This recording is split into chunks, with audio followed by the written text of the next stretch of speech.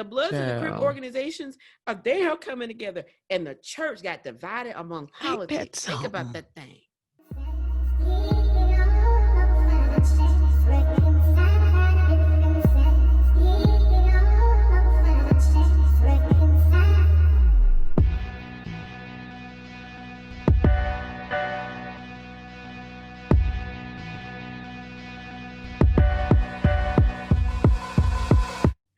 Hello, everyone. Hello. Welcome to another episode of the Truth Revealed podcast, where we discuss topics that relate in order to reconcile and uncover God's truth. Yes. And we are so happy to have you with us in an episode. I'm going to go ahead and let the cat out of the bag. Episode we're going to call the Aftermath. This is the Aftermath episode.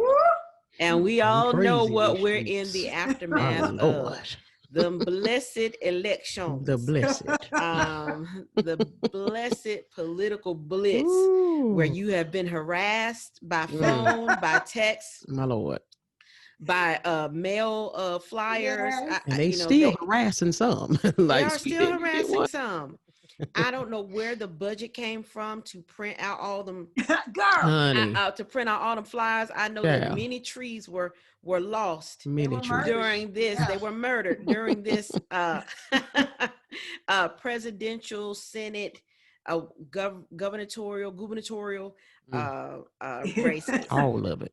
All of it. But we're going to discuss and we thought it would be befitting to discuss the aftermath because a lot of people right now are feeling some type of way, whether you're on either side of the aisle, whether your guy won or your guy lost, or if you think neither one are your guys and you just feel like whatever.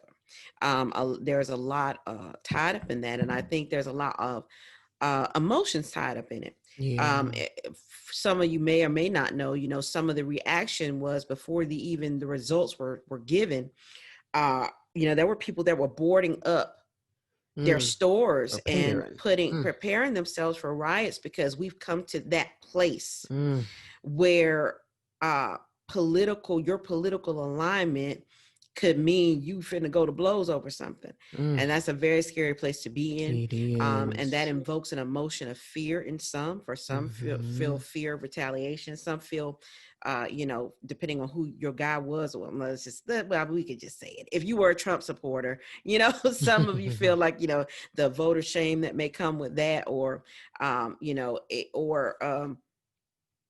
some of you feel real joy, like feel peace, because Biden won, and you feel like, oh, the world is better for you and your world now, for whatever reasons that may be. So I'm going to start off with that. I'm going to start off with the emotional pools, because it was a lot of emotions connected to this whole political time. Really the whole 4 years, past 4 years, emotions were pulled and triggered out of people. So first I want to start with us as individuals, and then we'll go to community. But just as individuals, how do Sweet and Holly, how do y'all feel? Happy, sad, glad, who cares? What emotions, particularly how I frame the question is, what does Joe Biden's presidency mean to you in general? What are you feeling emotionally at this moment? Tired of it all? Go on, Sweet. Who wants to go first? Latricia P. Go ahead. Latricia P. Okay. I'm Latricia P., a.k.a. Sweet Y'all. For those who are just joining us and don't know. How do I feel emotionally? I believe, to be honest, I have a lot of mixed emotions. I think in saying I have mixed emotions, just imagine all of the emotions that you probably can have. I have those. There is relief, there's anxiety, there's apprehension, there is uncertainty, there is a slight bit of fear, there's frustration, there's, I don't want to say confusion, because I don't necessarily feel confused. There's I said relief. There's a lot of emotion that I'm presently feeling. I will say I am happy that this portion of it is over, But as you already eloquently said, it's not really over. I'm still getting different text messages now. I'm like, what in the world? I thought the text messages were supposed to stop. Yeah. So, yeah, I'm happy that we've transitioned from one element of the process, but now it's like we have to go to the next element of the process. So it's like it's not over, really. Right. Yeah, and I completely agree with that. There is a mix of emotions, because this election has been unlike anyone we have ever seen. It's been something else. Just the waiting period. I think, as Americans, we don't like to wait anyway. At But if all. you add politics and emotions to that, it just exacerbated just this, uh, tit for tat that was going on. So there was a relief, when they finally made a decision, regardless of whatever that decision was. I was just like, I don't even care no more who's gonna be president. Just tell me who it is. I'm tired of it. Because the emotions, were running so high. So I definitely echo that. There is a sense of relief. I'm praying, that, you know, uh, because I do believe, well, at least that's what he kind of, displays. Like he has that grandfatherly presence. So I'm just hoping that I don't know how he gonna do it, or just the prayer of the Holy Ghost. It's gonna be take all of us banding together to bring back some sense of, unity. I'm hoping that happens, but I don't know, especially because things are still, up in the air, as it relates to the election, and we don't know, what's gonna happen. And I think I heard, I can't remember what it was on, where it said that Trump had to December the 8th to contest the results. So we're really, if he does decide to go the distance, we're not going to really know anything officially as it relates to, the election and, his concession or whatever have you until December 8th. So, Right. Yeah. that is another Yay, month. Yeah. And Yes. we get the so, yeah, so in the process of that, you got the whole transition piece and them not being able to do that and start that process. So it's a lot that's going on. So it's, yeah. So I don't even know how to even articulate, how I feel at this moment, because there Right. is such an uncertainty, but then there was a relief that at least we had a decision, but there's still that uncertainty because you don't know, what's going to happen in the coming days. And even after he gets into office, what he's even going to be able to accomplish as far as really bringing the country together. So, Mm-hmm. yeah. Well, as for me, um, well, first I felt partial release. I felt a little bit of relief the day I voted. I wanted to be like, I voted. Now leave me alone. Don't talk to me. I've already made my decisions. I've already circled in my bubbles. Yeah. Please don't talk to me no more about it. But so just I feel a little relief that at least, even though I feel like I heard like I told y'all, the sound of briefcases, and hard lawyers hard bottom shoes My Lord. walking up to plead a case, like that this is still up in the air. Yeah. But I did, our civic duties done. Yeah. If there is going to be anything, it's just going to be recounting, re-going over what was already done. Mhm. So that's one thing. For me, as far as a Joe Biden presidency, just kind of based on, I sent y'all a few little clips, and just based on that, I honestly, um, well, let me just deal with emotions. I'm kind of like you all. I got a mixture of some things here. Yeah. Um, it's not a settled. My emotions don't feel settled, if that makes sense. I understand I that. I I know what you're portraying, but I'm just no longer trusting. And this is rough to say, but I'm gonna say it. This is truth revealed, just revealing my Hey, truth. come on. This is a safe place. Go for Um, it. I'm no longer trusting of my government, if that makes sense. I Yeah. got you. Yeah. I'm no Yeah, longer I trusting understand. of the smoke and mirrors. I feel like a lot of people do things to just to get in their place of power. Then they ease us up to go do what they were always going to do anyway, regardless of how we feel about it. Mm-hmm. Um, so my emotions are not settled, and I'm going to reveal this too. Y'all know, I'll tell you one emotion I feel happy about. I feel like now I can critique one side Mm-hmm. without being claimed to be a Trump supporter. I Mm-hmm. think that's safe now because it's all, it's done.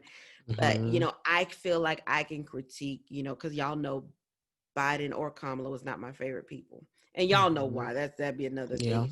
It's the criminal justice things. It's their legal stuff that I looked at and was just like, and some other reasons. Mm-hmm. But my issue is respecting them as the incoming the new regime, Mm-hmm. and just a feeling of, I don't want to say fear because that's one thing. I know the Lord has not given us a spirit of fear, but of Yeah. love, power, and a sound mind. And also that all things work together for the good of them who love the Lord and who are called according to his purpose. So either way, Mm-hmm. whatever goes down, we're gonna be all right. But it's just unsettled. Yeah. I don't feel settled in my emotions. And it's kind of like you all. It's hard for Yeah. me to articulate. And I one one emotion. I hope this answer. I don't know who I was talking to on the phone. Might have been Sweet or might have been my dad. I was irritated. Everybody was so happy. And not because Mm-hmm. I understand you're happy about Trump being gone, but I'm like, this group, now we got someone new. Mm-hmm. What will this look like for us? And when I say us, I don't just mean Black people. I don't just mean Christians. I mean, like, what is this going to look like for America? Mm-hmm. And just kind of like, okay, I see the rejoicing, but what we rejoicing about, like, what are we going to get? And I guess that goes on into my Yeah. unsettledness. I'm just unsettled. Because It ain't you it. know what you got with Trump. You don't know what Right, You know what you you get. So got. right. I The get, unknown. I get it. Right. Mm-hmm. Yeah. Yeah. Unknown. That's a good way of putting Yeah. it, Holly. Yeah. Mm-hmm. My mama said, you know what you got, you don't know what you're gonna get. Right. You know what you got. Yeah, Don't because know what you're gonna get. all you know is the claims that someone is going to make, and until they actually get into that office and start doing this, Something, thus, and yeah. so, you don't really know if Right. they're going to really do what they say they're going to do or not, or Right, Right. right. flip on you, Um, or you just right. don't know. Or just flip on you and do something totally opposite Yeah. that is in opposition to your life. Because one thing about this, and I meant to say this in the opening, politics is important. Like, Mm-hmm. you're not supposed to make an idol of it. You're not supposed to like worry, but we got to think about what politics are in this country, and legislation and policy. Politics has to do with why I'm gonna get a ticket for going 45 and a 35 for $500 or $130, or get some Mm-hmm. little bit of jail time or no jail time. That Yeah. is all. Politics will determine how you move as a citizen Mm-hmm. in your country. Mm-hmm. Right. Mm-hmm. So there is weight to this. So this is why, and I understand the emotional part. That's why people are so adamant. That's why some people are very elated, and some Mm-hmm. people, because they feel like the way they want to move in the country is going to be better. And then some people are sad or scared because they feel like the way that they feel like is good for them and their family to move is going to be stopped. Yeah. Mm-hmm. So this why these conversations, even though I'm about tired of it, but these conversations are very important, They are. to say, okay, now what now? What's the Yeah. aftermath? Because Mm-hmm. what we don't want is for us to be pulled in a place of chaos, confusion, depression, Mm-hmm. and in an emotional turmoil that will have us being uh, hasty and making bad decisions, and Mm-hmm. this where you get people becoming extremists, and just kind of going off the deep end, And buying all the toilet paper and all the I'm meat. telling I you. went to the grocery store today man. and I was like, y'all ain't got no black eyed peas? Y'all, what? It is I starting to look can't It's, do scary it. it's to like me and it's y'all. starting Ooh. stuff. And I literally heard a lady, I can't run Oh into the same Lord. lady on same aisle. And she casually, jokingly said, Lord, they don't have nothing. It's already started.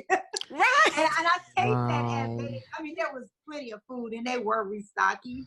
But I think she was just saying the things that she was looking for, they didn't have. And I was just thinking like, oh, shoot. Because like real talk, we went, I'm not going to lie, before the elections, and I think we all talked about this, I went and got some bread, some sandwich meat, Trying to some get prepared. noodles, some milk. I was like, in the event that Yeah. stuff goes all the way south and people start losing their minds and they shut down the grocery store, I'm going to have something to eat. And that's the thing is that I was scared when people were out there celebrating. Not that they shouldn't have been or whatever have you, but I was like, y'all need to get back in the house because all you need is for one person to be like, come out there mad. One group of people come out there mad and they join, the celebration and be like, what y'all celebrating for or whatever. And something jumped. I was scared something was going to jump off in the midst of the celebrating. So I was like, I understand y'all happy and all, but I need y'all to quietly go back home. Right. Because I was so scared. Yeah. It's true. It's so true. It is what you had already said, April, because everything is so, everybody is like on 9.5. Honey. It's not taking a lot. And I think we still, not to continue to beat a dead horse, but this is the horse that we're riding. There's still this underlying current of Rona and COVID. Yeah. Yes. Still adding pressure. Yeah. We're adjusting to what is now seemingly a way of life for us, but it's still something that we're still having to be very conscious of and very cognizant of. And now we're entering into the winter months, and we know that this is flu season. And so there, this year, some of these mixed emotions aren't just about the election. It's about all of the stuff that has boiling happened over from far, that. and the election. And dare I say this, the coronavirus is politics at this point. It has become yes. It is that even that is governed by politics as far as how we're dealing with the virus. You're right. So true. Right. How we're dealing with the virus, what's available, where you can go, how you can move, mask mandate, no mask mandate. What, is it going to be in the hands of the states, or is the federal government going to come take over? Yeah. People are really on edge about that. Especially if you talk to people who are from New York, where I heard a content creator say it was looking like some I Am Legend. Like, y'all seen the movie I Am Legend? Yeah. I Am Legend in New York, and they don't want to go back to that. But so even that gets put under the umbrella. Now everything is put into the hands of how we move politically. All right, so we've said how we emotionally feel, and I wanted to and we're gonna go, and I you know what, and I'm gonna pose this, since we're talking about emotions, I'm gonna skip around on the outline. Now, we just said in general how we feel emotionally, but in what they do for polling purposes, for just getting demographic information, as sorry as them polls be coming out with their little answers that be wrong, and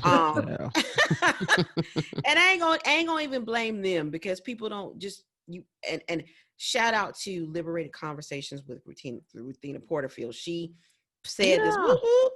She said this in her podcast, and the one that I was a guest on. She said that it's geared to where you don't necessarily want to be honest in a poll, because you're afraid of, if you say who you really are for, what you're really about, the shame that comes with it. If you say, well, I'm not voting, you don't want that backlash. Or if you say I'm voting for the person that's not the popular person, so you just tell them what you think they want to hear, and that's what makes polls not that reliable. But nevertheless, for that purpose, they do divide us into different groups and kind of separate us just for data purposes. So I wanted to say, I'm gonna read the question as I wrote it.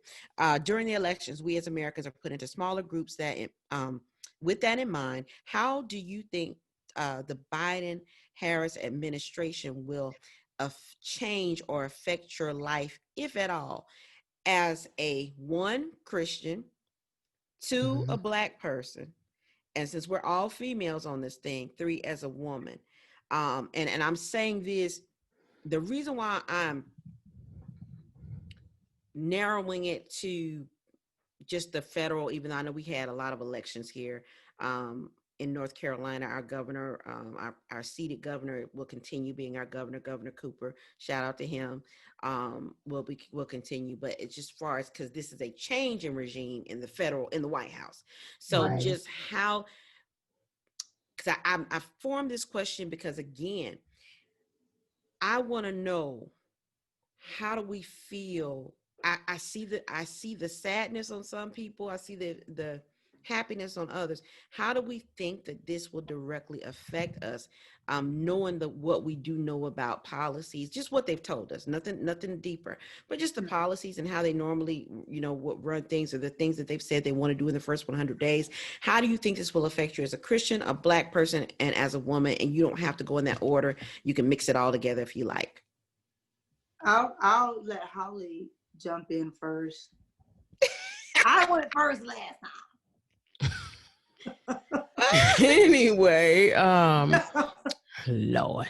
Well, I mean, I think to be quite honest, just as about is what every presidency has really the effect it's had on my life, which is, to be quite honest, hasn't been much of a difference. I mean, yeah.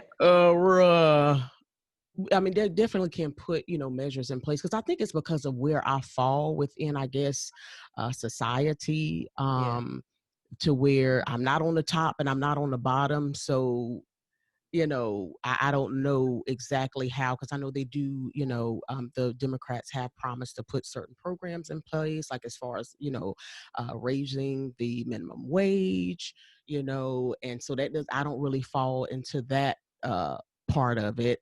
And then there's the healthcare piece of it, and trying to get, I guess, move Obamacare forward, or I think he's calling it Biden care now or something. Yeah, I'm he's not gonna sure. do something called a Biden. He's adding a piece, I think, to it and changing it to call it Biden because of what he's adding to building upon. So, I mean, I got health insurance, so that really, right, I got you. Affect me. I'm trying to think, what are the other things he was talking about doing? Oh, then of course, how he's going to handle the COVID crisis. Like he's going to make testing more accessible, so that people don't have to, pay for it. I haven't even gone for a COVID test. So, so it's, but and then he has promised to work on both sides of the aisle. He has promised to be everyone's president, which is good as it relates to trying to bring forth some harmony and unity back. But to be honest, it's going to take a long time. People are really child. He got his work cut out for him, and he bless his little old heart. I don't know if he got. Yes, he is. I don't know if he got this. When you think about Barack Obama and how he grades so much in them 8 years, and Biden already 78. I'm just praying that he got the strength to make it through 4 years. I mean, let alone try to get the stuff accomplished that he's saying he wants to accomplish. I mean, of course, he does have Kamala, and I'm hoping that she, because I do feel like, that, Trump tried to, begin, like, I guess, the process of doing some criminal justice reform. I'm hoping that she can use that. I'm hoping that, equal pay for women becomes, one of her objectives as it relates to kind of across the board. What else? And I think it is a historic moment. I think that's another reason why people were excited, was to see somebody that looked like them. I'm gonna deal with that. I gotta quit. Don't give us too much, because I want to hone on that, on her being a Black female. I have something in there. We gonna make that its own section. But go ahead. Okay. Go on. And then I'm trying to think. You said as a Christian, a Black woman, and a woman, a Black person, and a Christian. Okay, so I talked about the whole woman piece or Mhm. whatever. As a Christian, I don't know what they really could do, to be quite honestly, as it relates to. I know there has been a lot of talk around the Equality Act. It has passed, through the House, but it still has to pass through the Senate before it even hits, the president's desk. And there's been a lot of fear, around that and what that could mean for religious organizations as it relates to, us being prosecuted, as it believes, as it what I can't even get my words Comes to together. us preaching As it, certain things in the comes, Bible as it relates to, gay rights or and hiring or that sort of thing, and the hiring and what we believe versus the LGBTQ community or whatever, which that's another conversation. I don't want to go too deep, Lord have mercy. yeah, But yeah. I do want to pose this question later on, Go as it ahead. relates to, but I know Sweet still got to answer the question. I'm just going Yes, all she random, does. ranting around. But yeah, but as a Christian, regardless of what legislation may be passed, that still doesn't stop the church from being the church, So, but I do understand how, it can make it more difficult in certain situations or circumstances. But then at the same time, I don't know. I just feel like, uh, Lord, I don't want to get in trouble. Let me see. I'm trying to figure out how to. Just feel to your words, but go ahead and say it. I mean, say what you want to say, but just Okay. in the least offensive way possible, I suppose.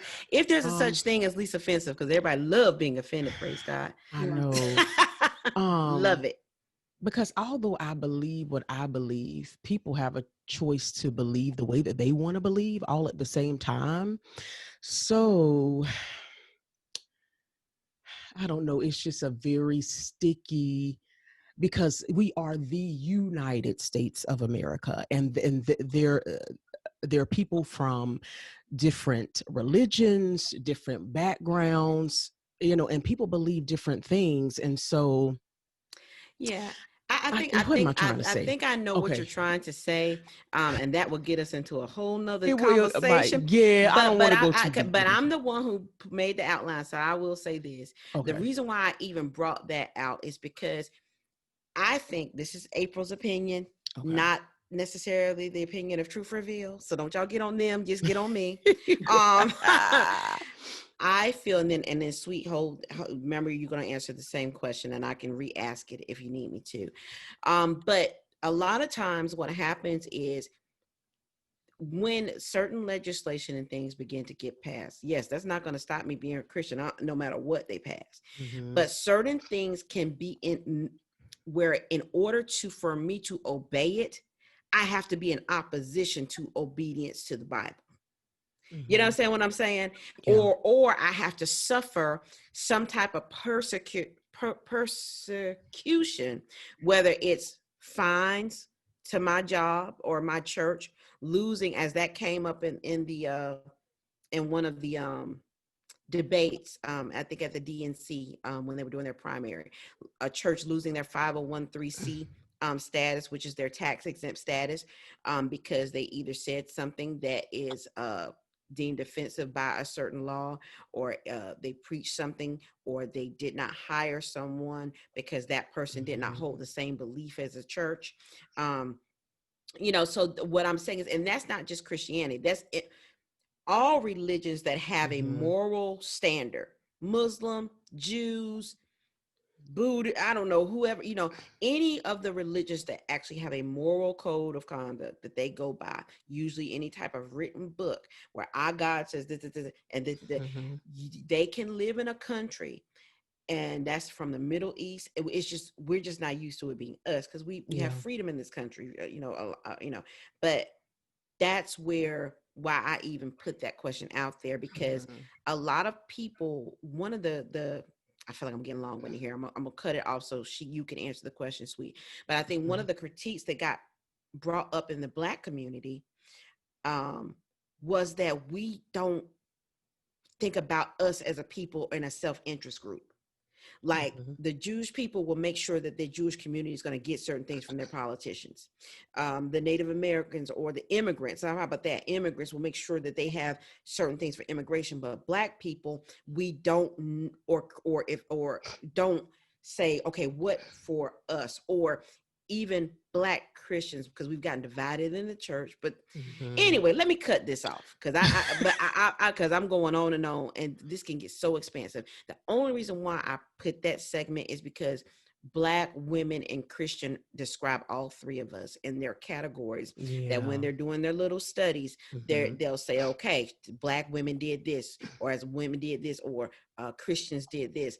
And so because of that, it's kind of like, how do different things affect us when certain people get in power? And just in your personal opinion. So, Sweet, back to that question, back to you. How do you feel like the Biden, Kamala, knowing what we know, what they've told us, will affect you as a Christian, as a Black person, and as a woman?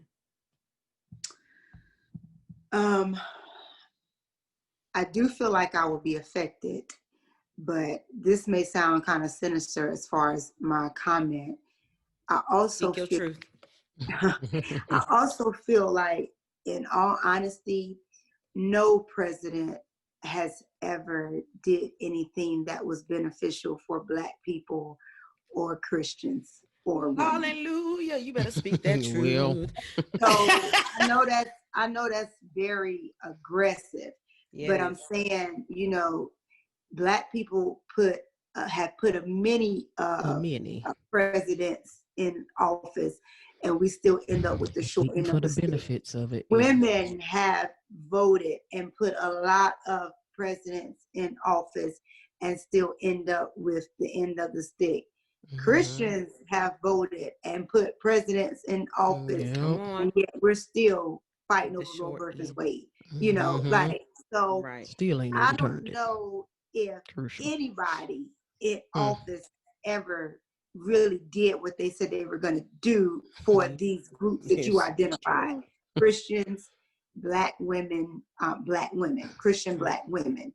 What I will say, as it pertains to every presidential election, I always try to come in with an open mind. And with that open mind, it's always what Holly already alluded to.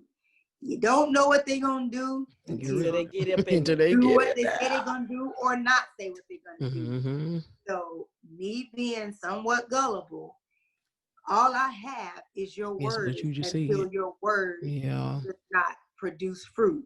And then I say, well, you didn't do what you said you were going to do. So as it pertains to me personally,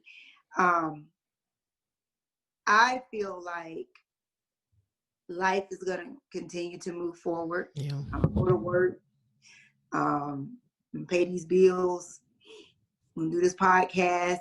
I'm going to do the things that I've been doing. But what I will say, what I have been encouraged throughout this process and this election process, I've started searching out more when it comes to laws and policies and bills.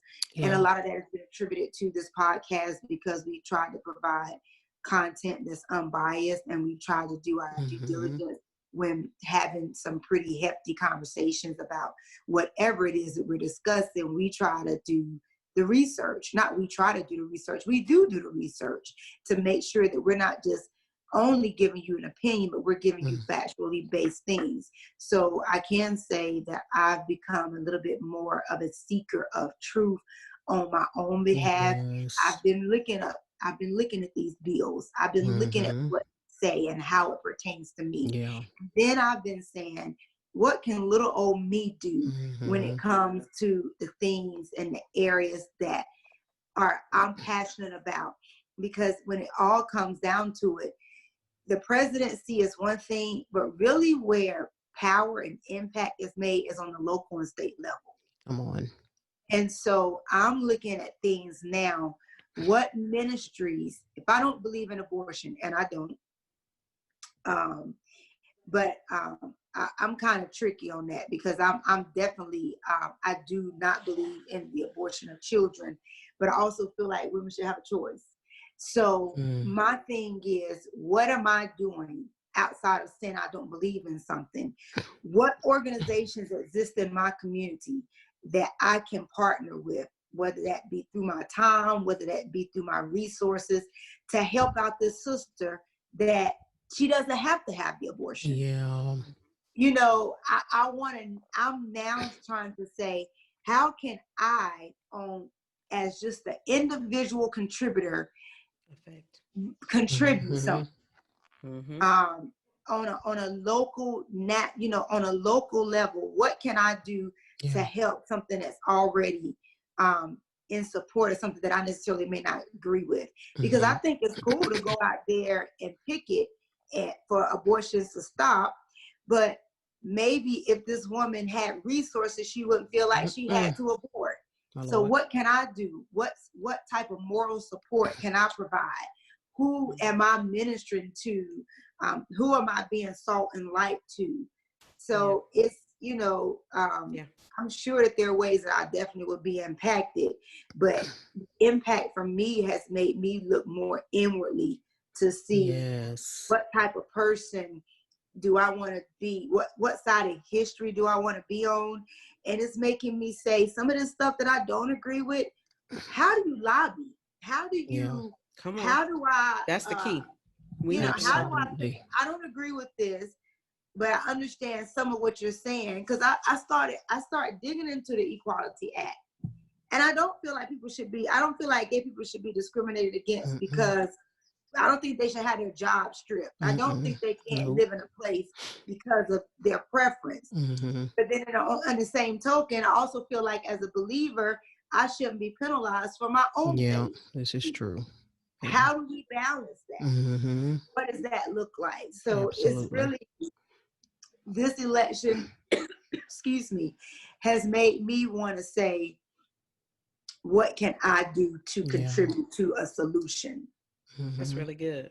And I think that's real good too, because I think that is the reason why there is so much fear. We have put our destiny in the hands of a one man, instead of understanding that we have the power to make the changes that we want to see happen in our nation. You know what I'm saying? And because we have put so much, and the word says, put no confidence in man, and as a result, when our man is not in there, our confidence fails. And it's like, no, this is not the end all be all. This one person, I created you. You have a purpose. You have the ability to change and to do whatever, and to segment yourself in certain parts of society to make a difference. Don't stop putting it all in the hands of this one man. I think too, but I think as a nation, as a people group, as believers, as everyone, it's easy to say, I'm going to vote and then I'm going to go away for 4 years, because what you're doing requires work. This is true. Yeah. Me saying, I want to learn more. I want to see what organizations are out there helping people. There's a young lady at our church, and I don't know what she's a part of. I'm going to inquire, but she's a part of a group where there are women that were at one point in time going to have an abortion, and they changed their mind, and they partnered them or paired them up with another young lady or another woman to help them walk out that process. And so there's a young lady at my church, and that's what she's doing. And she's, she asked and solicit our prayers, and we've been, the baby came 3 months early, and we've been just trying to minister love, sending gift cards. So while she and the baby's father at the hospital, because the baby's obviously in NICU and can't leave, making sure that they can at least get a meal, little stuff that they don't have to worry about. That to me is the greater ministry. There you go. Because that's what that she needs support. Absolutely. Because you don't want her to be like, I should have did this. And I think, but that also takes work. This young lady spent her birthday at the hospital. being with this mom who has this baby in NICU. That takes sacrifice. It does. It takes being inconvenienced. Yeah. So it's easy to say, I'm just going to vote and walk away. Yeah. And that's the thing. That's my church does something similar to that too. They have a whole ministry dedicated to helping single mothers that get pregnant and that are in a position where they don't know what to do.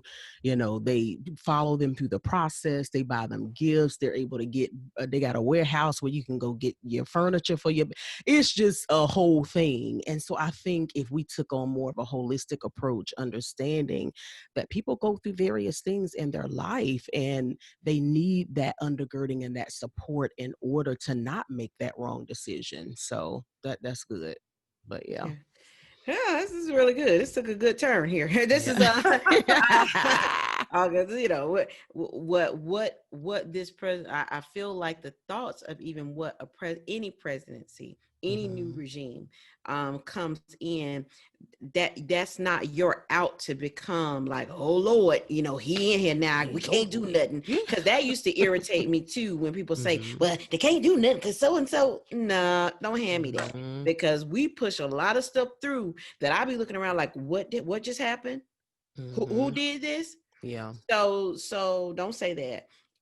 It put it back in our court to where we're doing the work. And even for me, my wheelhouse and on that same lines of even before the conception happens, where the church is not afraid again to have programs talking about abstinence.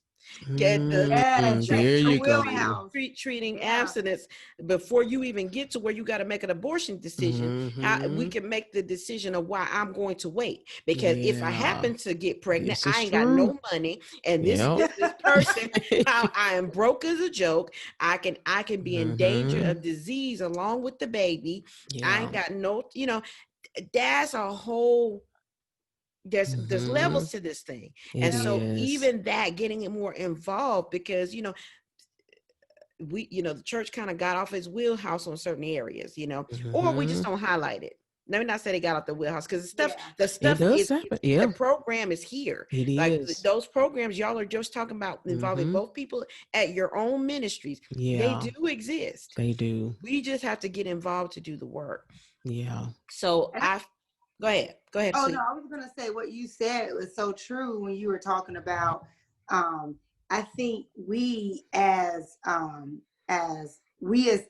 people have to be solution focused. And what you said is true. Like, it's so easy to say, I can't do anything, but that's not true. It's not. Because that whole abstinence piece is so beneficial. It is. Because it's like with your healthcare, you know, everyone has healthcare or has had healthcare before, where they will pay for you to get preventative measures.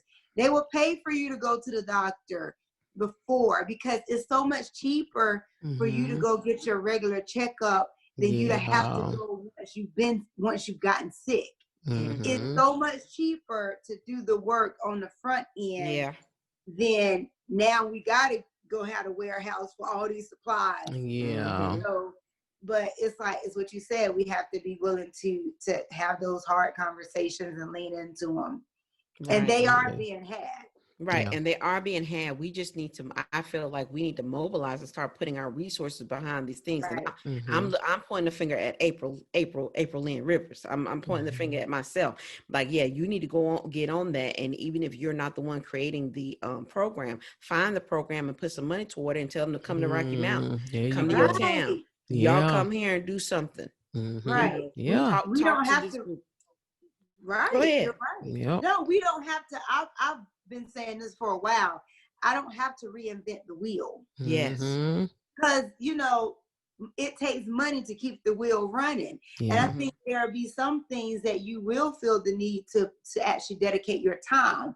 And then there are some things that you can fund, and it be just as influential presence. Yeah, or you can help mobilize people. Like I may have the funds to fund it, but you may have the people skills in the community to get the people to come out.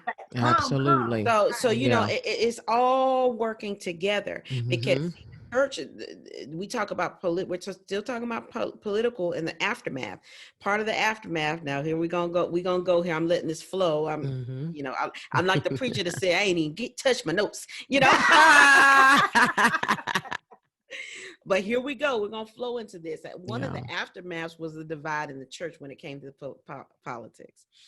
And I feel like once we start back saying, okay, we need to fund certain programs, like, okay, we can't be scared of the boogeyman here, that politics is going to come down against the church or anything like that, or the opposite, whatever we're talking about, whatever group you belong to, even if you're not a part of the church community, like, okay, they're going to come against blacks or not, or they're going to come against, I don't know what they would come against. I don't know, conservatives, whatever you think, whatever your fear is, right? You connect, because I feel like in the church we got a division that happened because of politics, and they divide. And when I say they, it's an imaginary they, y'all. I'm just saying they divided us on the black church and white evangelicals. And I feel like once we regroup, God can use stuff like the programs that already exist, and us particularly the black part of the church, the black babies in the church, and to reconnect with our white brothers and sisters, because there needs to be a healing that happens there. And for, because everybody that's white and evangelical was not on the wrong side, right? But the thing is, there had to be healing and a coming together. And I think maybe this may help, when we get more involved, when we get a part of the program, we need to start talking again. Come on. And not talking about who you supported. That's part of the aftermath. That's my big, thank God we done now, y'all. I mean, I guess we done our part. How about that? We've done our part. Even if all the lawsuits happen, even if something by something changed, like, oh, he not the winner, he the winner.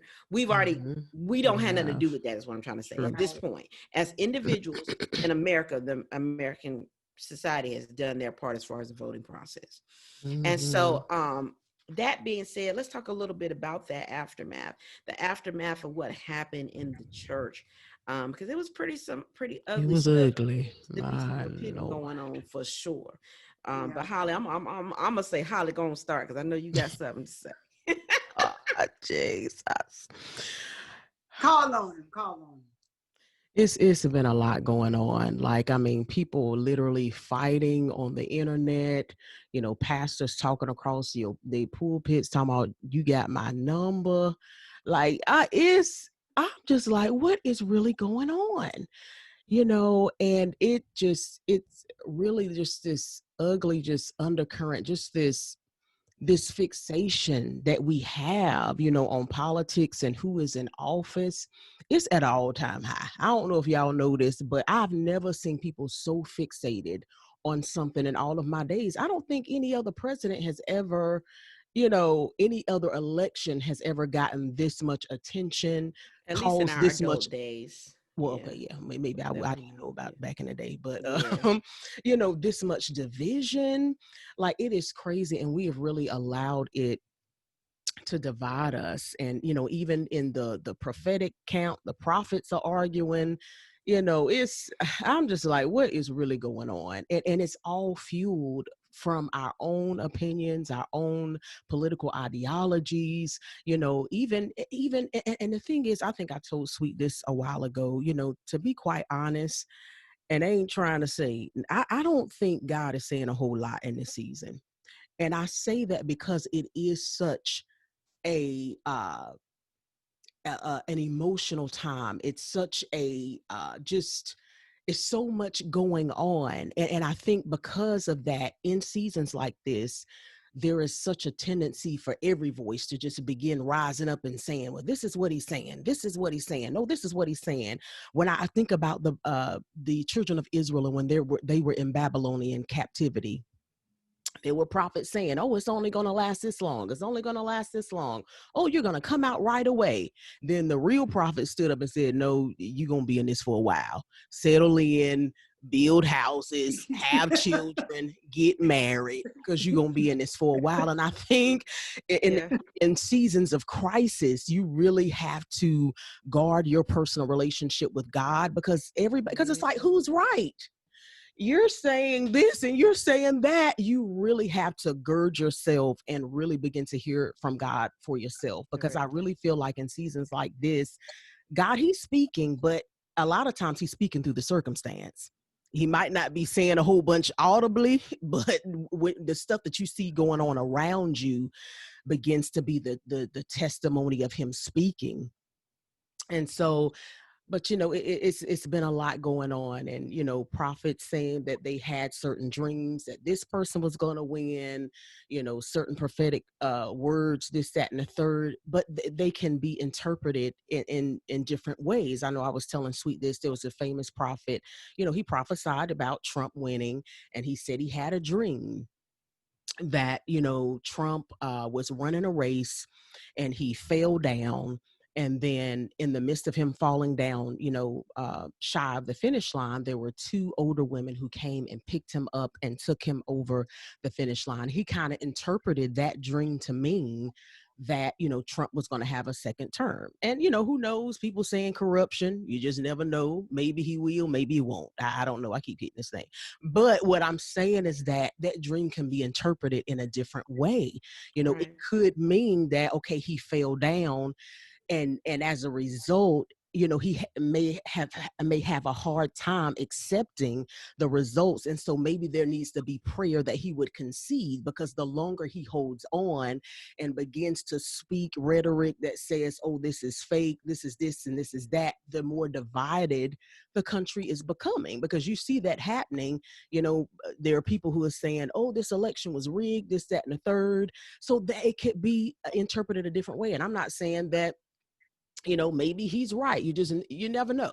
I would hope that Biden wouldn't be that stupid to do something like that, especially when even before the election, started, he was saying, it's going to be rigged. It's going to be rigged. I'm hoping that he wouldn't do something that stupid, but you just never know. People are hungry for power. I don't put nothing past nobody. So Right. I'm not saying that Right. the prophets can't come back and it be a correct word, but what I was saying in that is that that dream could be interpreted a Division. different Yeah. way, but because his heart is kind of was positioned more towards Trump, that was his interpretation of that dream. So it's so important for us to to understand in this season and really filter the words we're receiving, that we feel like we're hearing from the Lord, or that we feel like we're hearing from others, that we begin to filter those.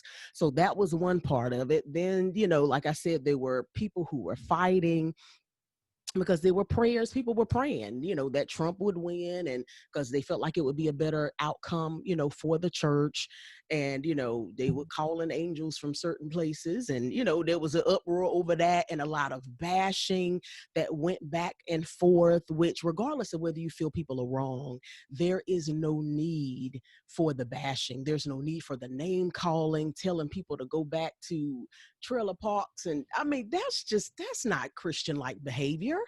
It's and it's just been crazy. I know I'm going off on a tangent, but it has broken my heart to see how the church has been treating each other during this whole election process.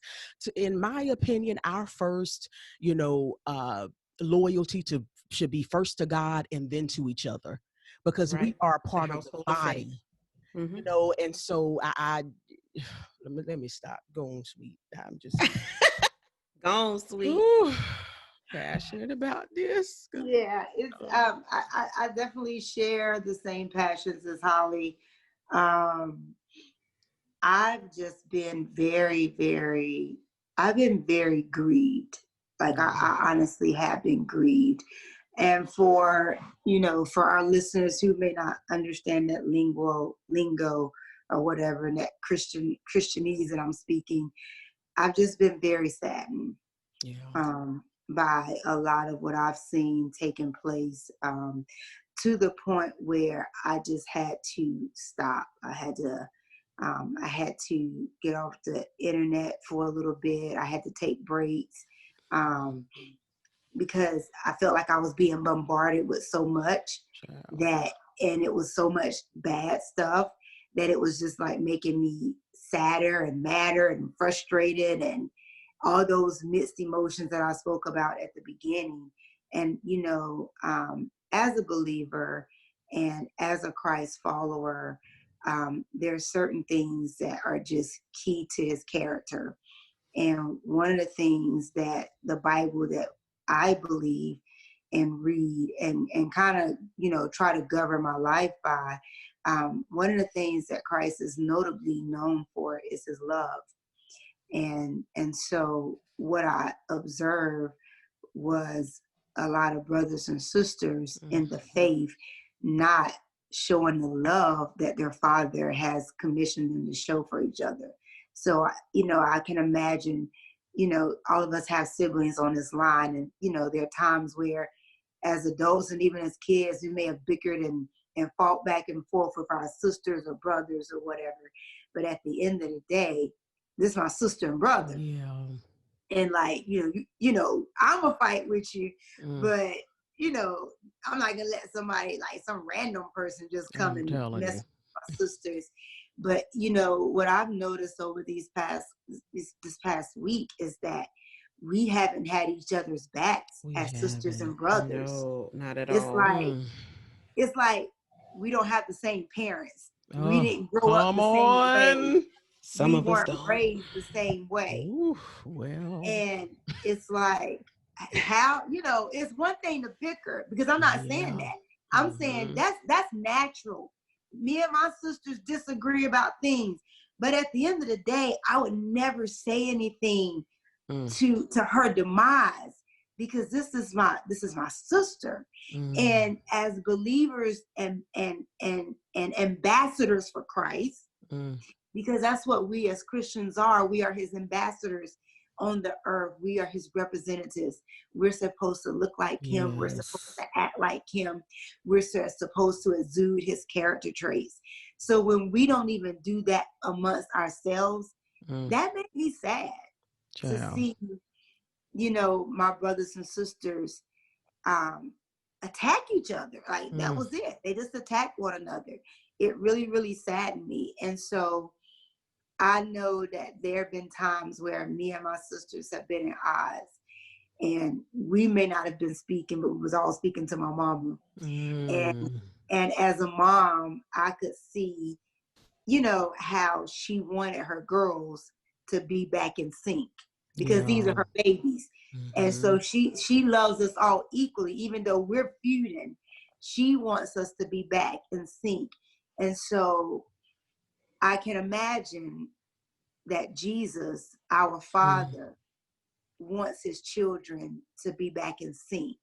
So when I say that I'm grieved, I'm saying I know that my daddy is upset with how we're behaving. He's not happy with us at all. And so you know, I don't have children, but I've seen my sister chastise her kids, and I've seen them fighting. And my nephew will go pop my niece, and I've seen her literally go pop him and say, "I've told you not to put your hands on her," and vice versa. The fear part of me, the reverential fear, because I know that he's sovereign, I feel like we about to get popped. And I'm like, I'm finna be in the corner like, Lord, it was them, not me. It was me. Get them. I was doing what I was supposed to beat them, not me. And it's funny because judgment begins at the household of faith.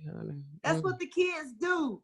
You know, my nieces say, he hit me first. He said, no, she hit me. And my sister's like, but I've told both of y'all to not put your hands everybody on end up getting popped. Now both of y'all about to get popped and sent to bed. Go to bed. I'm telling you. That's true. And so I'm like, Jesus. That's true. You know, that is true. That is true, because with my sons, it could be the little one try to say, well, he would, no, that was him, not me. But I'd be like, but you was responsible because you the oldest, and you know, they'll still both end up getting in trouble because I don't see that they're connected. They're connected. And so I'll say this with my piece of that, with the aftermath of the church, and the split of the church was the aftermath of this whole political season. And I pray, and I believe, I have hope that the true church, and when I say the true church, now don't get mad at me, but I ain't talking about just church attendees, because some of y'all exposed yourselves as just people that went to the building based on how y'all acted, and some of us that don't have the same father, because y'all on something else. Y'all doing what y'all father tell y'all to do, which ain't mine. But anyway, that being said, I feel that in this aftermath, I look at it like this. Remember the scripture that talks about, we know it says in the Bible, I can't quote it directly, but it used to be a time where saints in our time didn't take another saint to court, because the Bible says you don't take another believer to court to basically a worldly and unjust judge, right? Y'all settle matters. The children of Israel had their own courts and stuff. They said, look, y'all settle this amongst you all, because you don't go to the world because they're not righteous, right? So you don't take your brother to an outside court. Well, the internet has become the court where you are tried in a public court. It is the world's court. You are tried and found guilty and hung all on the internet streets. And when we go on the internet and go at each other, to me, that is like taking, especially the more famous Christians, the Christians who have way more clout and influence with non-believing world, maybe more secular world, which is nothing wrong with that. But they just have influence on both sides. They have the Christians who are with them, and then they have a lot of secular influence. So when you bring another Christian into the court of public opinion, which is the internet, and let them be tried and hung, God ain't smiling on that. He ain't. God's not smiling about that. That is not, I mean, you up there like high-fiving yourself like, yeah, and what? No, that we are not to be like the world. That we're not supposed to be like that. We're not supposed to drag each other like that. There is a way that you ought to treat people even when they're wrong. So true. And you know what I'm saying? Even when you think they're wrong, or even if they're really wrong for real, there's still a way with dignity and honor. Now I'm talking to Christians, people who say they know their Bible. Think, how David treated Saul. He honored him.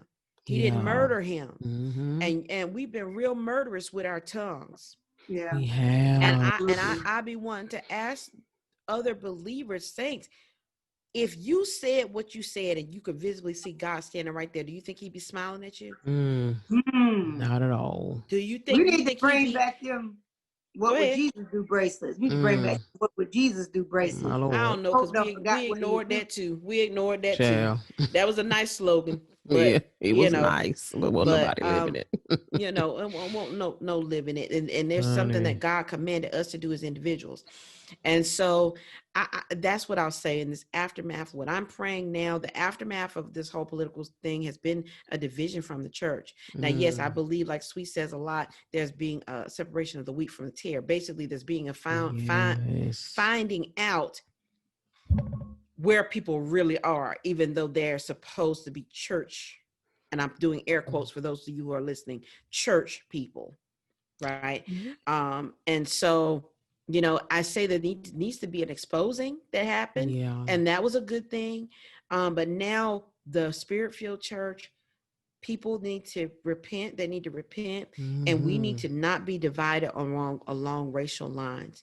We do not need to, because y'all remember in the beginning, not in the beginning, but I say with the killings of George Floyd and really going back to Ahmaud Arbery, when we started having the reconciliation conversations in the church, whether they went left or right, or some of them were off, but the fact that there was an attempt, right, and this conversation was even being had, was a way in the way of progress. And it was just all of a sudden the political thing and the red and blue knocked it all out, cut through that thing, honey. and it was like, you know, cut through the progress. Republican, Democrat over here, just like gang stuff, Yeah. And you know what's funny? The actual Bloods and the Crips are actually in reconciliation. Right. Ain't there something?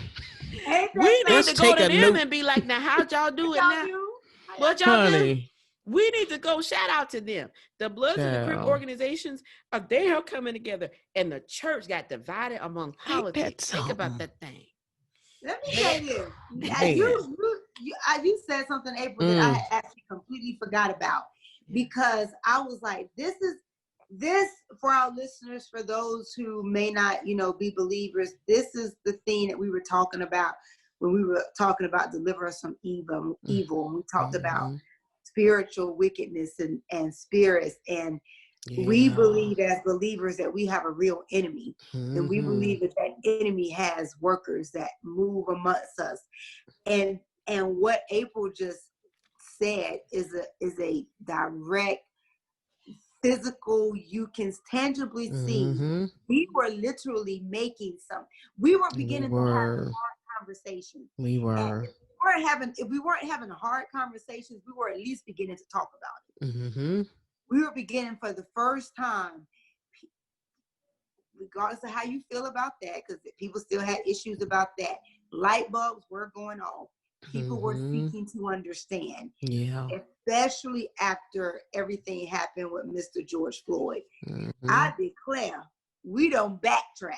Yeah. All that work, that good work, that progress that we made, trying to blend and cross over racial lines and understand, that all just went out the window the past month or so with these elections. And that's the enemy. It is. That was such a ploy of division. It really was. And so now we got to go backtrack again and build even harder. Yeah. Because now not only are we having to overcome the racial piece, now we got to overcome the political piece. Lord. Both of them monsters. And I think one thing that we what I have hope is that, we stop getting confused on who the enemy really is. Right. We have identity confusion of the enemy. Like, my enemy is not who any politician tells me it is. Yeah. My enemy is not what any group tells me it is. My enemy is Lucifer, Satan, the killer of all progress, the accuser. He is called the accuser of the brethren. So anytime I take up that position, I'm on the wrong side. Okay. Now it's a difference between righteously calling someone out on the carpet and saying, hey, you were wrong on this. We know how to do that as brothers and sisters, how to come at them. And then we know when we literally have outcast a member of the body and like we want to come to blows over a fight that really ain't even our fight. I'm telling you, because there has been a lot of accusing going on. That is so, it's like people been calling Trump supporters racists, all them racists. Then they've been calling Biden supporters in support of baby killers, and just and don't all be a kind of supporter. Now you are Uncle. You said Tom, don't be a who? Don't be a black Trump supporter. Now you are Uncle Tom and Mama. You hate yourself. You hate black accusations. Women. That's the house slave. Yeah. That's being an accuser of the brethren. You allowing the enemy to use you when you do stuff like that. Come on, preach, preachers. It's crazy. And so, go ahead. I'm sorry. No, go ahead. I'm kind of veering off, but I wanted to that whole piece as it relates to there being two types of Christians. The type of Christian that wants more of a theocracy, feels like we should rule and we should reign. And then the other type of Christian that feels like we should work alongside others, not push our agenda on other people, but work alongside them and infiltrate society and bring change that way. What do y'all think about that? Like, what do you feel should be the goal of the church as it relates to our societal takeover or infiltration? Or well, I'm gonna say this because I immediately got triggered on something you said. I don't feel like we are. Let me tell you, The reason why I don't feel like I ought to walk alongside you is because I feel like, and this may sound like an elitist position, but whatever. I feel like the enemy is getting more and more fierce. I believe a lot of people don't want to be agreeable to Christians. I don't feel like a lot of people, I feel like it's getting more to an extremist level where there is not a lot of middle of the road. And they have no interest in holding my hand. And I need to be aware of that. Like, just because I would like to feel like they want to, no, the more and more I look at our society, it's becoming more polarized. And I don't think that's the church's fault per se. It's just, it's become more like the left has become more left, and therefore the right has become more right. And I don't mean left and right as far as Democrat and Republican.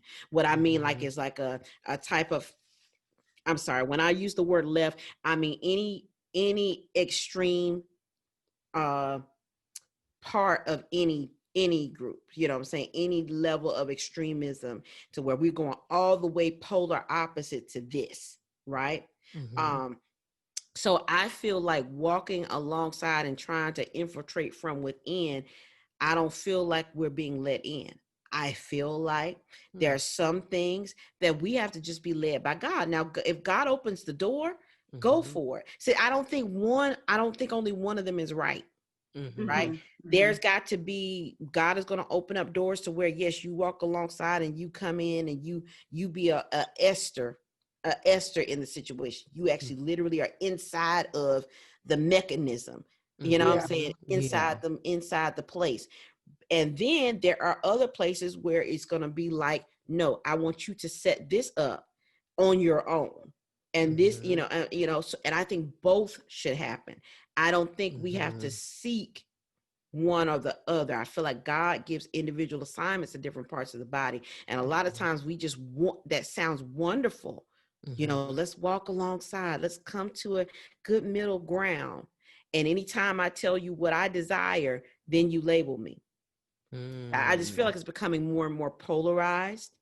And the enemy is more and more fierce. So I think we have an idealistic view of what we would love to happen, but I don't think that's the reality in all cases.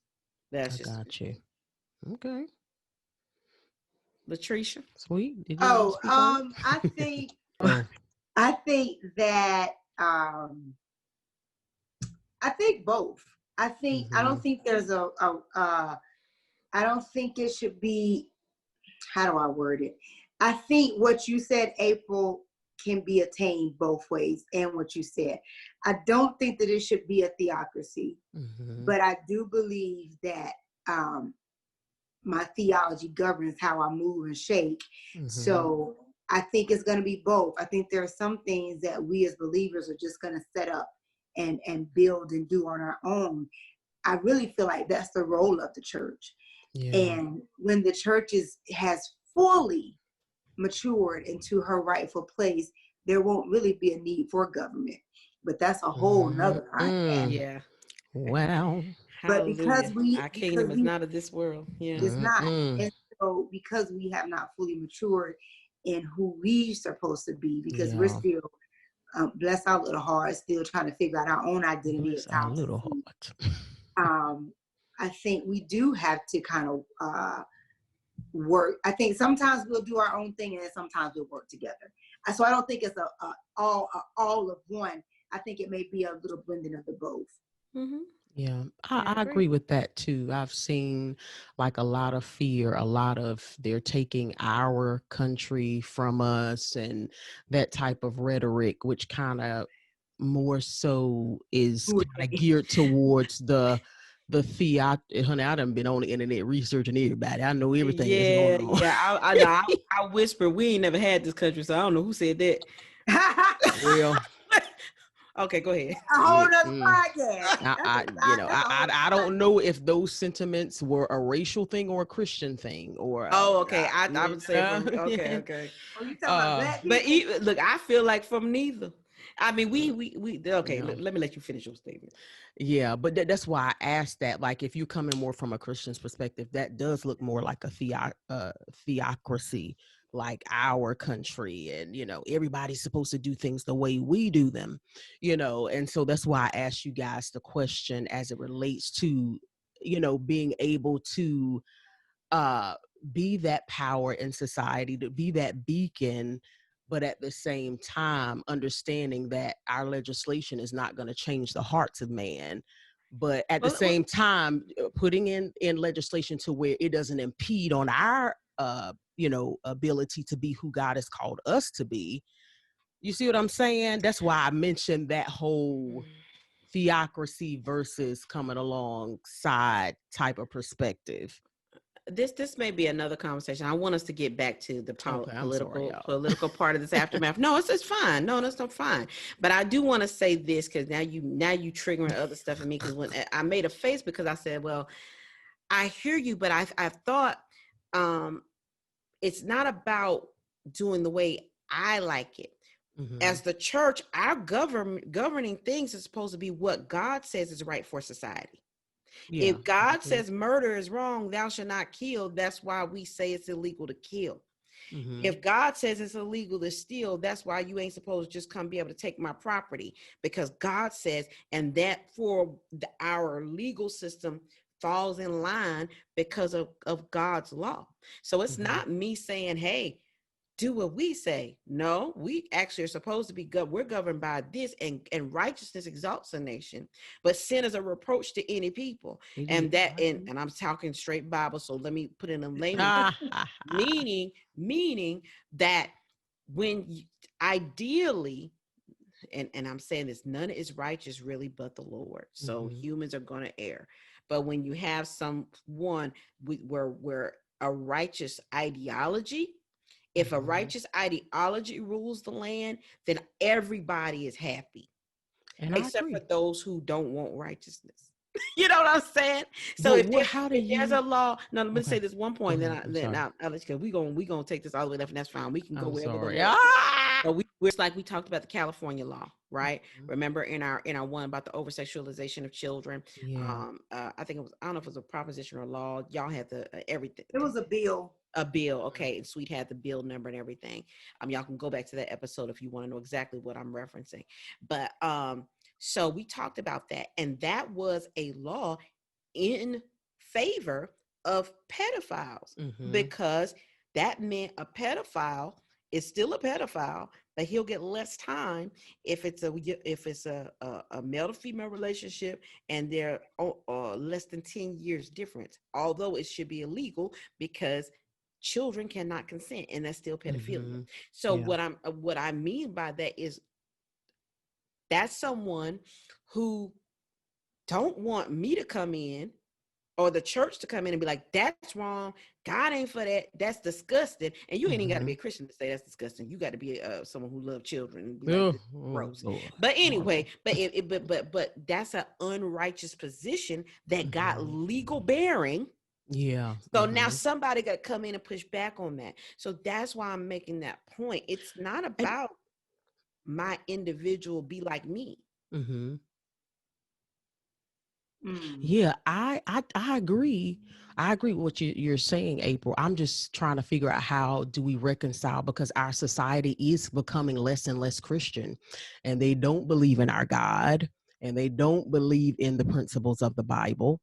But yet at the same time, they feel like they should have a right to live the way that they want to live, and without us imposing our rights on them. A lot of people are thinking, I ain't saying I think this way, but I'm just putting it out there. A lot of people are thinking that that society should move with the changing of the times. But our biblical, laws are steeped, in the Bible or whatever, which are not necessarily in keeping, with the times. Now, I ain't heard nothing wrong with what you're saying. I'm just saying that it's like, how do we reconcile that when our society is becoming less and less godly? I'll say this, I don't think we can. Well, that's why I think that things are going to be more and more, and this is a scary thing to say, but I believe it's going to get, this ain't just a Trump Biden thing. You got that right. From here on out, Christian views and Christianity will offend many people way more It's in this so country than true. they ever did, because Yeah. the country is becoming more and more opposed. It's so true. Even if it's something that doesn't take you being a Christian to feel like it's wrong, like, like the pedophilia thing. I use that only because that's pretty much, that ain't even got to do Across with the board. Christianity. That's just nasty. Yeah. To everybody except for a pedophile. Yeah. But yeah, so you're right. I agree with you, and which I understand what you're saying now, and I just feel like that it's not going to. There is not going to be any reconciliation. Yeah. We just got to be who God called us to be, my Lord. Right. Getting Come hell or crazy high in this water. place. This here church is getting crazy. All right. Well, do y'all? Okay. Now we're gonna go. We're going Y'all back on track. I'm go sorry. Go ahead. Back on track. back to the Biden Harris ticket. Okay. Which we're still talking about politics though, because that was very much, this is very much all a part of the it is. aftermath. Mm-hmm. Because that was right on point, Holly, because part of the aftermath is seeing what's happening societally, how our young people and the younger generation are coming up. I really feel like this, when the scripture says, then there came a generation that did not know Joseph. They didn't know. I'm sorry, y'all. I'm going heavy Bible, and I apologize. I feel like I polarize people who don't know the Bible like that. But basically, Joseph was one who, he was a man of God, and he was set up in government, and he saved Egyptian society pretty much. Even though they were not Jews, he went in there. God helped him interpret the dream of his leader, who was the Pharaoh. He was actually an ex-slave. Joseph was a slave, become a head man politician, and he helped interpret a dream that there would be a famine, and he actually had the smarts to tell him how to prepare for it, what they were going to do, because his leader asked him, and they enacted that, and he saved that nation. So what happened is Egypt became good with the Jews, even though they were not Jewish, and they had several different gods and did not live their life under God's principles. But they said, this Jew, this Israelite saved our society. We are good with the Israelites. They're welcome. Generation passed, and they were like, who did what? We don't care. We don't know. We don't know what y'all do. We don't know Joseph. We didn't learn the history, and we don't like y'all.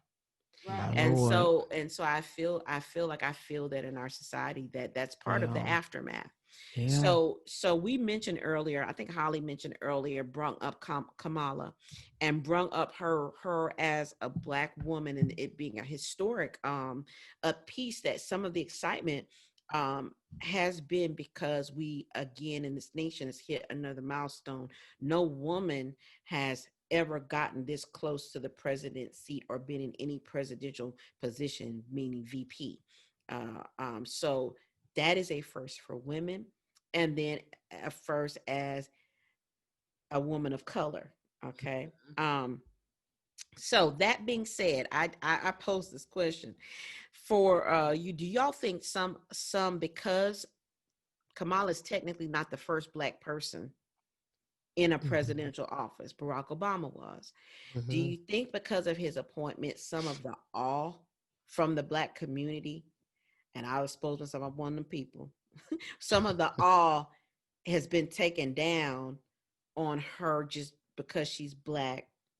And I'm gonna separate. I'm gonna isolate her Blackness, because the woman is a first. So all women can take pride in that a woman is in a high position, but her as a Black female, do you feel like some of the, I don't know, the feeling that, like, okay, yeah, she's Black and a female, great, but do you think some of the awe has been taken down just because she's not technically the first Black person, or do you feel like it's the same level of awe and honor, and I feel like it should be, of her being in that seat?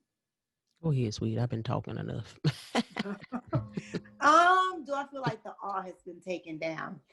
I would say just a smidget, yes. Yeah. And I would say that it has to do with the fact that we had a 2-term Black president. I recall, like, if you ask if you ask anybody, our generation, younger, where were you? If I asked the both of you, where were you when Barack Obama was announced as president the first time around? Now, honestly, I don't know where I was the second term, but I can give you time, where I was, what part of the house I was in, who I called, because it was so monumental, you know, with him. So I do feel like the awe has come down just a tad, because it's something that we've seen before.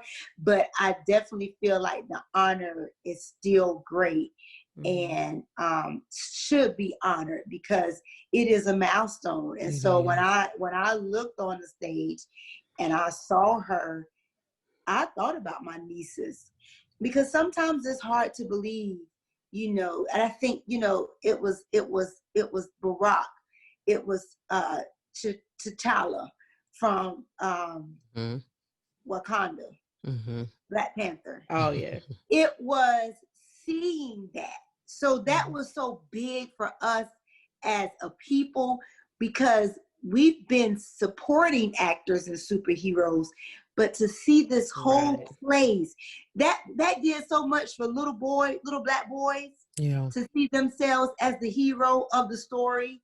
And so it was like, now I'm not saying if they make another story, you know, where there's another black main character, that is not going to be impactful, but he was the first. Right. And so first I matters. think that first does matter. And so because Kamala is the first, it does matter. It's like, wow, we've come sometimes it seems like as a nation we have not progressed, and then you have something like this happen and it's like we have progressed a little bit. Yeah.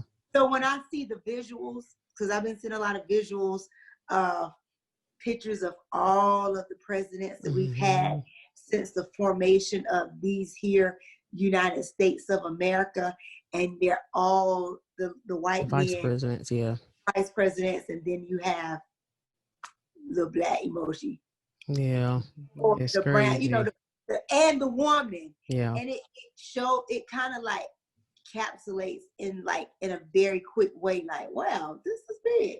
Look at all them, and then it's that little one.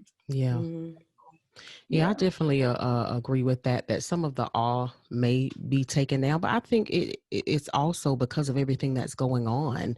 You know, the election was the way that it was. I think it kind of took a little bit of the excitement out of it to a certain extent, because so many people are divided, even within their own family. So I think the level of excitement that could have been there may have not been there, because like Sweet said, you know, we've seen a black person in that office before, but also at the same time, between COVID and everything that's happened, I just think people are like, oh, that's awesome. But, but I still had a family member that died this year. I still, it just, you know, that's a good point. Very good point. Overshadowed. It does. And I think too, because she is a woman, I think whenever it's a man, we can all see ourselves in that. But when it's a woman, sometimes only the women can see it. You know, you see what I'm saying? Like, I feel like there is more of an awe. I mean, I could be wrong, when it's a man rising into that position versus when it's a woman, because both men and women can kind of encapsulate themselves when it's a man, but when it's a woman, a lot of times only the women can identify with that particular movement. So so I think that's what kind of brought a little bit of the awe out of the moment, but it's still definitely monumental. You know, it shows that we can do whatever we put our minds to. And that's even ascending to the highest office in the land, no matter what our skin color is. And so it's awesome for that to be reiterated, you know, just from her being able to rise to that position. So kudos to her for being in that position. Yeah, I think I agree with both of you. I think it was taken down just a smidge, and then you made a very good point that I did not think about. It's been a year. It's been a year for a lot of folk, and there is a lot going on. Like you said, like, that's great. And I will say that white suit she had on was popping. I Honey, liked her what you call outfit. it? I And was she came just out on like, Mary J, didn't she? Work that, work that. Hey, hey. Like, just in case you didn't know I was black. Here's some right. the show. Here's the soundtrack. Right. That song that Mr. Biden came out on, I said, Holly, who this? No, I didn't know about the song, but I was like, Lord, Brother Biden, please stop running. Don't fall. But he Lord, came out running. I said, maybe he do have the stamina, Lord. Maybe. Look, he had to he had to make a statement by doing a little jog, and I was like, stop it. He did have to make a statement with that. I said, Joe was like, oh, maybe he do got the stamina to do it, Lord. I just was scared. Like, do not fall in the name of Jesus. All is good and holy. And that's why Jill has been on him about putting on his mask, because, honey, if he get COVID, Lord bless his little heart. Okay, I'm sorry. That was not. Oh, Holly. Lord, I'm sorry. But he is. That wasn't supposed to be funny, but no, girl. I'm just gonna say this. These Caucasian men have some type of stamina, because them jokers live long lives. Carter's still living. Bush just died at 90, whatever. Man. I don't know what they did, what kind of vitamins they taking. Let me tell you, they live well after. The wealth gap is real. Let me tell you something. They be having access to stuff and foods we ain't never seen. Never seen fruits and berries and things that I ain't even know existed. Got vitamins and different stuff. It's true. I'm sorry. We're going to get back to it, y'all. We had to laugh a little bit, but I'm going to tell you something. Y'all Reagan, look how long Reagan y'all go back and watch the opening monologue of SNL. Chappelle was back on there on Saturday. Yes, please. What? Go and okay, go I'm going to have to watch it. After y'all watch this, audience, go watch, just do SNL opening monologue, Dave Chappelle. He talked about... I ain't gonna say. He talked about the treatments, the fact that how when President Trump got COVID, he went and got all his elixirs right and had access to all this stuff. And he said, meanwhile, Chris Christie is fighting for his life. Y'all know the governor of New Jersey. Do it. It's true. Boy, they be having access. Let me tell you do. something. One thing I can say about this country, once you become president, we taking care of you for the rest of your life. It's true. People don't realize this. They keep access to Secret Service. Yep. If they have to go somewhere and they need to be briefed because they were a former president and it can be dangerous to them, they can have access to White House information. They get a little check, I think, for the rest of their lives. Yep. We take care of our former leaders. So, honey, anyway, after that stress, you need a little check. Right. I that's know. like my mental health it's check. like that's still, you made it through. You made it and you didn't die while you was in there. You didn't die while you was in there. All right, y'all. All right. So we're gonna I think we had a really good conversation. But we're just rounding this off and wrapping up this conversation. And we've had some ups and downs, tips and turns from our little outline. But you know what? That is apologies. No, apologize, because that actually is right in line with the aftermath and how this election and how the scene of all of 2020 has been. You know, it's been up and down and around, but it's all concerning the aftermath and our political climate and things that have been going on. So we just want to wrap it up with our final thoughts, y'all, ladies. I'm gonna actually give you a guideline for your final thoughts. Some words of encouragement. Let's encourage the people on this whole thought of the aftermath. Yeah, I would say it's gonna be okay, y'all. We gonna be all right. It looks right. Yes, there you go. It looks one way, but I just have faith in God, and I have faith in us as a nation that we're going to pull this thing together. That, we have had our moments before and been able to come back from it, and I'm just praying that this time will be no different. Let's take a deep breath. Let's pray for whoever is going to be inaugurated in January, because who knows what's going on. receive results, but you just never know. So we go, let's put our faith in God. Let's put our trust in Him. Let's love one another. Let's truly love our neighbor as we love ourselves.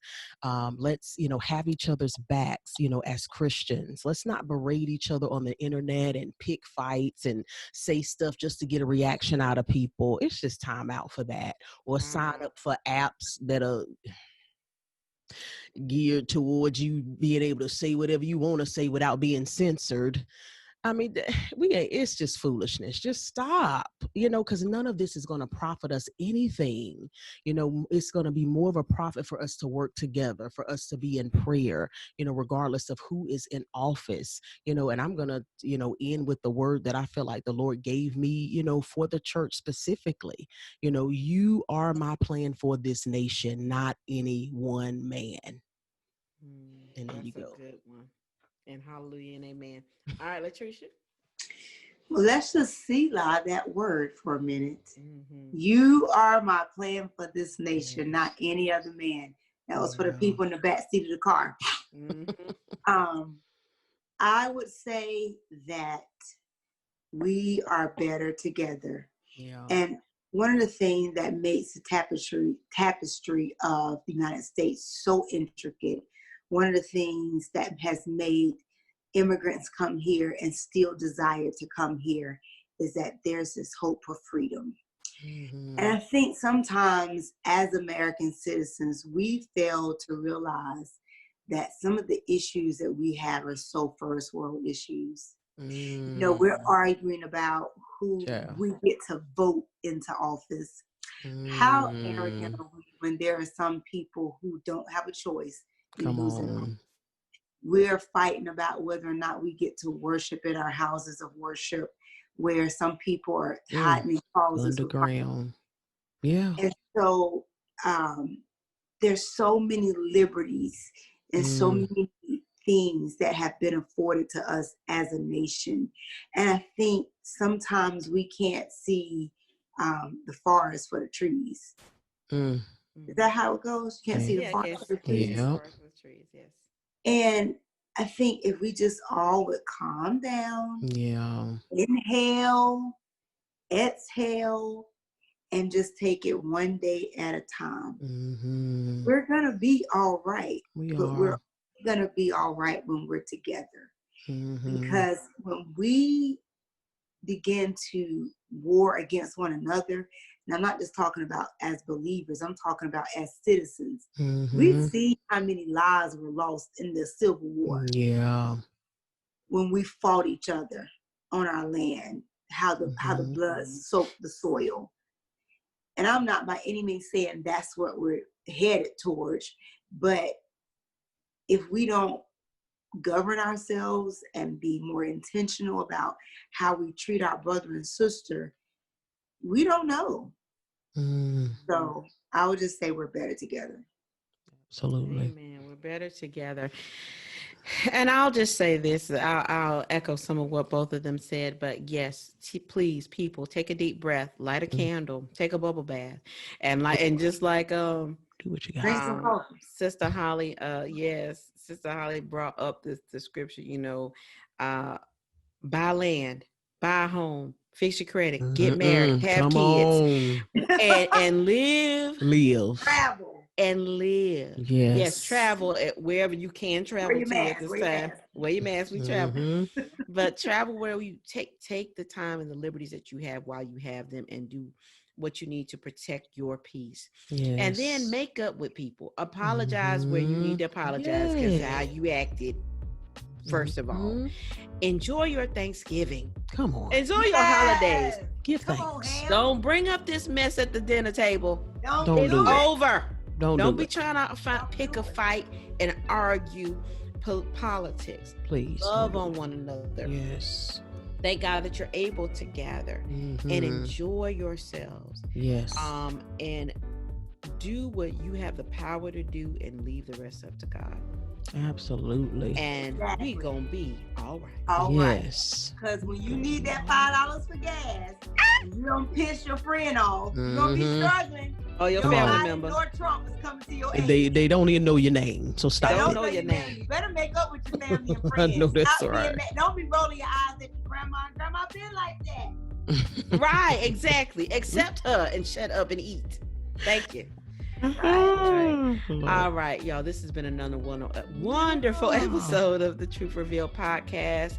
On behalf of me, Holly, and Sweet, we love you. Yes. Blessed, be at peace, and pray for yourselves and pray for your nation. Absolutely. Peace out. All right. Peace, y'all.